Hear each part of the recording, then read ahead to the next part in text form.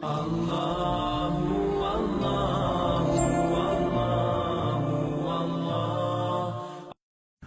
ke-18, kontrol pergaulanmu. 99,9%, teman-teman sekalian, rumah tangga rusak karena pergaulan. Penyebab utamanya ini. Ibu-ibu banyak teman sama temannya ini suaminya lebih kaya. Ditarik ke retorika kehidupan itu di dalam sini. Suami kita cuma mampu memang belinya begini. Ranjang yang bisa dibeli 5 juta, yang sana beli ranjang 150 juta, nggak bisa ketemu. Kalau tarik itu ke sini bakal kacau semua, gitu kan? Si laki-laki lihat istri temannya selalu berpenampilan seperti A atau B atau C. Istrinya tidak seperti itu. Dia mau tarik itu ke sini, susah, nggak bisa. Mungkin fisiknya pasangan kita seperti ini. Makanya ada namanya gudul basar, turunkan pandangan.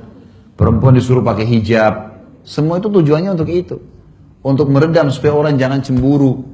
Kontrol ini teman-teman sekalian. Jangan pernah masukkan orang ketiga atau pola hidup atau pergaulan dalam rumah tangga kita. Tidak bisa. Ada orang subhanallah, ada banyak perempuan saya temukan begitu kasus ibu-ibu. Semua yang dia hadapin suaminya pemikirannya temannya. Sampai pernah terjadi perceraian. Ini dia masih cinta sama suaminya. Suaminya cinta sama dia. Ribut sedikit, dia akhirnya konsultasi sama temannya. Masih gadis tua, nggak menikah. Orang ini nggak ada pengalaman rumah tangga. Diajak musyawarah sama dia. Kesimpulan terakhir, suruh cerai. Kau juga bisa hidup kok kayak saya tidak ada suami tapi saya bahagia. Saya bisa kerja, saya bisa begini. Ajukan perceraian, subhanallah. Gara-gara pergaulan tuh, bahaya sekali. Berapa banyak laki-laki begitu, ceraikan istrinya. Kadang-kadang bapak-bapak kalau lagi kumpul sama teman-teman, jangan terpengaruh dengan perkataan itu. Nih, yang pulang duluan nih berarti takut sama istrinya nih. Kuat-kuatan nunggu di situ sampai jam 12 sampai jam 1. Ngapain? Untuk apa? Pulang lebih enak sama istri, ngobrol, bisa bercumbuan, bisa makan sama-sama. Ngapain dulu sama teman-teman habisin waktu tuh? Tapi ini pergaulan, bahayanya di situ. Dia akhirnya dipancing-pancing untuk itu, gitu kan? Ini baru habis antar istri ke rumah sakit. Wah, suami yang tidak punya wibawa. Loh, kok bisa?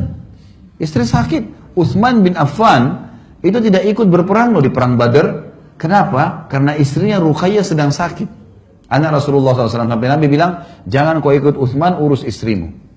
Disuruh istrinya urus. Betul anak Nabi SAW, tapi tidak dianggap aib. Tidak jadi jihad gara-gara istrinya sakit. Bukan aib itu. Kenapa harus kita merasa malu dengan mengantar istri, dengan menemani dan seterusnya? Kenapa harus merasa malu karena seorang istri tunduk sama suaminya? Asma binti Abi Bakar radhiyallahu anha berkata, saya sangat bakti dengan Zubair, suaminya. Sampai saya menyiapkan makanannya, minumannya, pakaiannya, air yang dia pakai, yang saya bawa dari jarak jauh, dari sumur. Zaman sekarang sudah tinggal buka keran selesai. Dulu Asma binti Abi Bakar ini memikul dengan punggungnya, bawa air untuk suaminya mandi. Dan saya mengurus anak-anaknya serta menggantikan sepatu kudanya. Jadi sangat luar biasa itu. Dan mereka tidak merasa aib dengan itu. Karena dia kejar ridhonya Allah di sini. Bagaimana memaksimalkan pasangan dalam masalah ini? Jadi kontrol pergaulan. Ingat, kata Nabi SAW, Al-mar'u adini khalili, seseorang sesuai dengan agama temannya. Hati-hati teman-teman sekalian. Kita bergaul dengan pengangguran, kita jadi pengangguran. Kita bergaul dengan pemabuk, kita jadi pemabuk.